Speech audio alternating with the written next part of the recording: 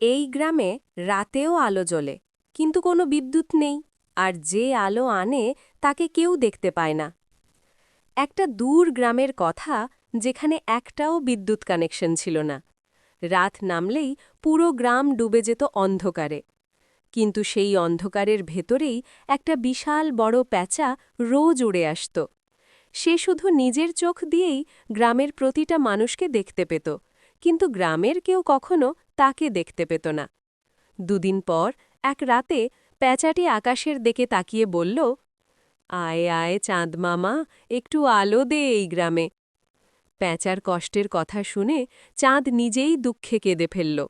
আর হঠাৎ টুক করে আকাশ থেকে মাটিতে পড়ে গেল।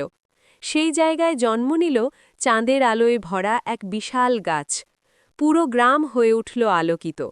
কিন্তু দুঃখের বিষয় জানো, যে প্যাঁচা আলো এনে দিল তার জন্য কেউ লাইক, কমেন্ট আর সাবস্ক্রাইব করল না। প্যাঁচার দুঃখ।